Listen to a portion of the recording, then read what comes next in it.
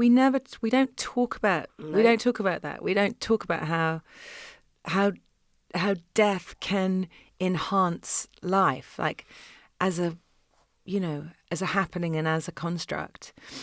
That it is, it's this frightening bookend for most of us, as opposed to this thing that gives definition to, that is the shadow of life.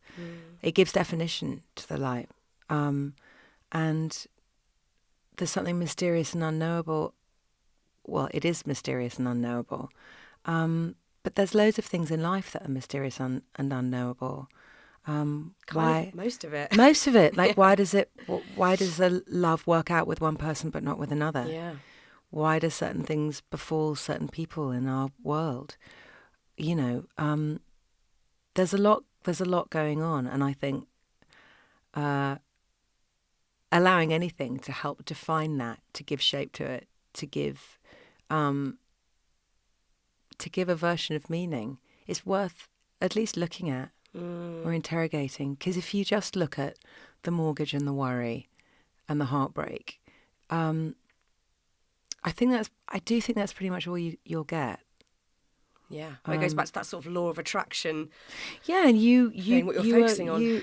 Yeah, like what was it? Someone said the other day that you can't hear what's on 98.7 FM if you're tuned to 102.2. Yeah, you can't. You can sit looking at 102 and going, God, I really want to listen to that song. I really want to listen to that song, and it's playing on 98.7, but I can't. I love that. Do think that it's. I know I used a radio analogy. I love a radio, so and an old school one at that. So I did Minnie. That FM, not even DAB.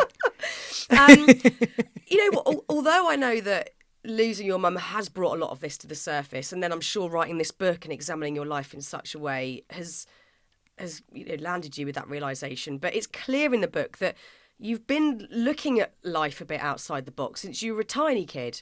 And I don't know if you feel that's because that's just how you are, you were born into this world with a curious mind, or due to life events. You had a childhood with a lot of interesting areas to look at, with your mum and dad having very different lifestyles that you flitted between, and going to boarding school, and how that must have impacted you.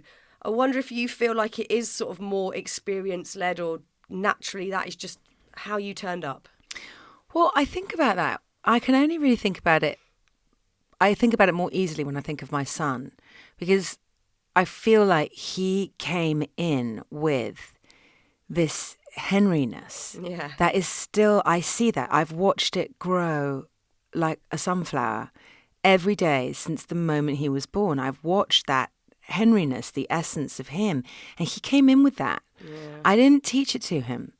There is lots of things that I have taught him, lots of things, but I do think there is an inherent essence, and I for sure came in with this ability to articulate emotion, and for that to be my currency, and definitely to sort of started out for that to be very, very difficult for the people around me.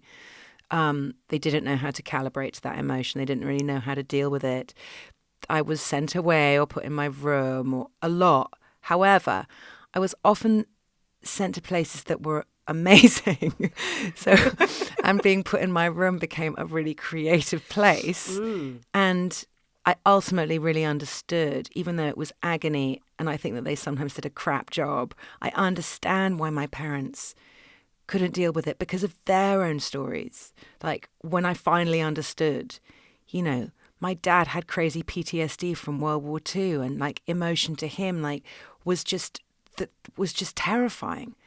My mother had been thrown out of her house when she was 16 by the woman her father married and had to fend for herself. Emotion for her, again, you'd crumble if you gave in to that. So there they were, like, faced with this child who just, wanted to feel everything, and in a big way. Like, I get it. Yeah. But I see, my son has big feelings, but what's lovely is, like, I totally knew how to deal with them.